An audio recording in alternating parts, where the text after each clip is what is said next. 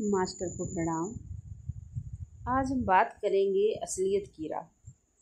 तो असलियत की राह क्या है? असलियत की राह जिसे हम अपने आप को ध्यान के माध्यम से पहचानते हैं, तो इसको बोलते हैं आध्यात्मिकता। तो आध्यात्मिकता में हमें कब प्रवेश करना चाहिए?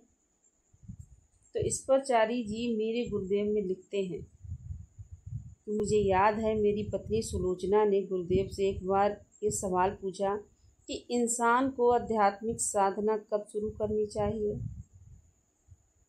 उसने ये इसलिए पूछा क्योंकि गुरुदेव साधारणतया 18 वर्ष से कम उम्र वालों को ध्यान शुरू करने की इजाज़त नहीं देते हैं।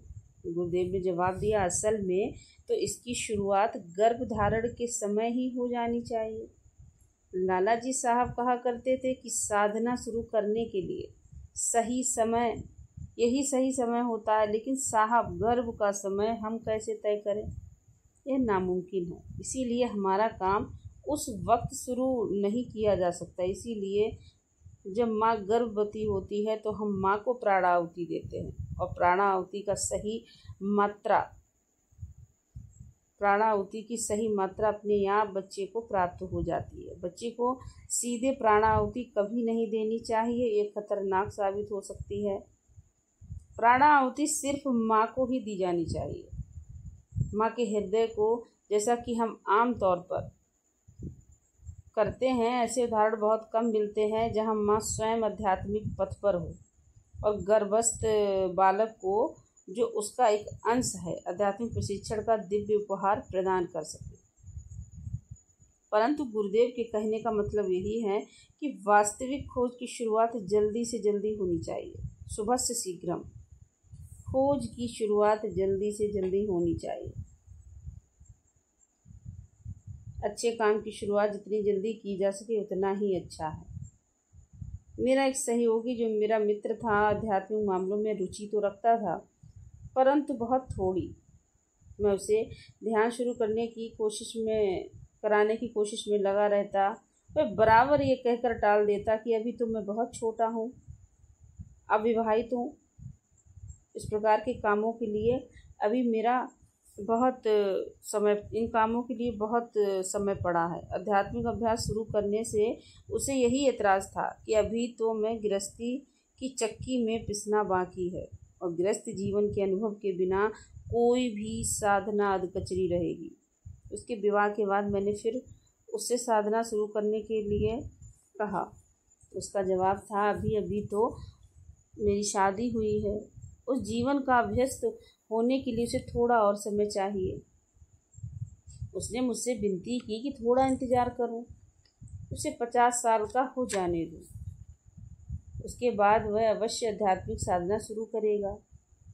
दुख की बात यह है कि विवाह के 2 साल के भीतर ही थोड़ी मामूली सी बीमारी के कारण अचानक ही उसकी मृत्यु हो गई। उसके भीतर आध्यात्मिकता की चाह होने के बावजूद साधना के पथ पर उसे नहीं लाया जा सका।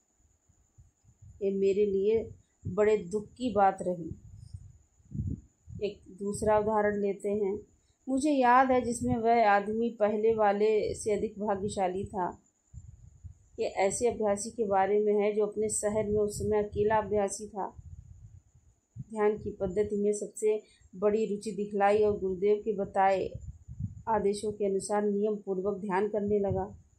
वह इतनी अच्छी प्रगति कर गया कि गुरुदेव ने उस शहर के लिए भविष्य में उसे प्रशिक्षक का काम देने का इरादा बना लिया था। अचानक वह बीमार पड़ गया और दुर्भाग्यवश कुछ ही समय में चल बसा। मैंने गुरुदेव को उसके विषय में लिखा। उन्होंने उत्तर दिया कि उन्होंने इस मामले को जांच कर देखा तो पता चला कि अभ्यासी की आत्मा एक कोने में व्याकुल सी बैठी है। आगे उन्होंने लिखा, लेकिन उसके लिए ज़रूरी था हमने कर दिया।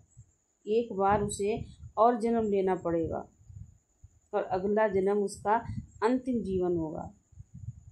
उन्होंने एक बहुत ही सारगर्भित वाक्य से पत्र समाप्त किया। उसने अगर हमारी पद्धति से कुछ महीने और ध्यान कर लिया होता तो उसे इस जीवन में ही मुक्ति मिल जाती, परंतु अब इसके लिए एक ही काम बचा है, वो है अगला जीवन लेना जरूरी है। मैंने इन दोनों घटनाओं का उल्लेख किया ताकि जितना संभव हो आप लोगों के दिल में ये बात बिठाई जा सके कि तत्काल कदम उठाना बेहद जरूरी। मुक्ति की संभावना अभी है और अभी नहीं तो कभी नहीं। कौन जाने भविष्य में क्या होगा। काल करे सो आज कर। यह उक्ति आध्यात्मिक साधना के संदर्भ में और बातों से कहीं ज़्यादा सही बैठती है। इस विषय में एक तीसरे उदाहरण का जिक्र करना चाहूँगा तो स्वयं गुरुदेव ने सुनाया था। साधना को टालते रहने से किस तरह लक्ष्य को प्राप्त करना अनिश्चित काल या कभी कभी अनेक जन्मों तक टल सकता है। वे बोले, देखो जो लोग हमारे पास आते हैं आमतौर पर वे पहले बिंदु पर ही होते हैं। यात्रा भी शुरू नहीं हुई होती है, अमूमन यही पाया जाता है। लेकिन एक बार एक शख्स हमारे पास आया और साहब हम इसके बारे में क्या कहें। हमने देखा कि वह तो पहले से ही चौथे बिंदु पर पहुंचा हुआ था। ये काफ़ी ऊंची अवस्था थी। उसके पिछले जन्म की साधना का फल दिखा रही थी। वह सिर्फ एक बार हमारे पास आया, दोबारा लौटकर फिर कभी नहीं आया। जरूर उसके संस्कारों ने उसे रोक दिया। अगर वापस आता तो निश्चित रूप से तरक्की कर लेता। थोड़ी सी सफाई से ही बहुत जल्दी तरक्की हो सकती थी। दुख की बात है कि वह लौट कर कभी नहीं आया। किसे मालूम उसे आध्यात्मिक राह पाने के लिए कितने जन्म और लेने पड़ेंगे। इतनी ऊंची अवस्था तक पहुंचा हुआ यह अकेला मामला हमारे पास आया।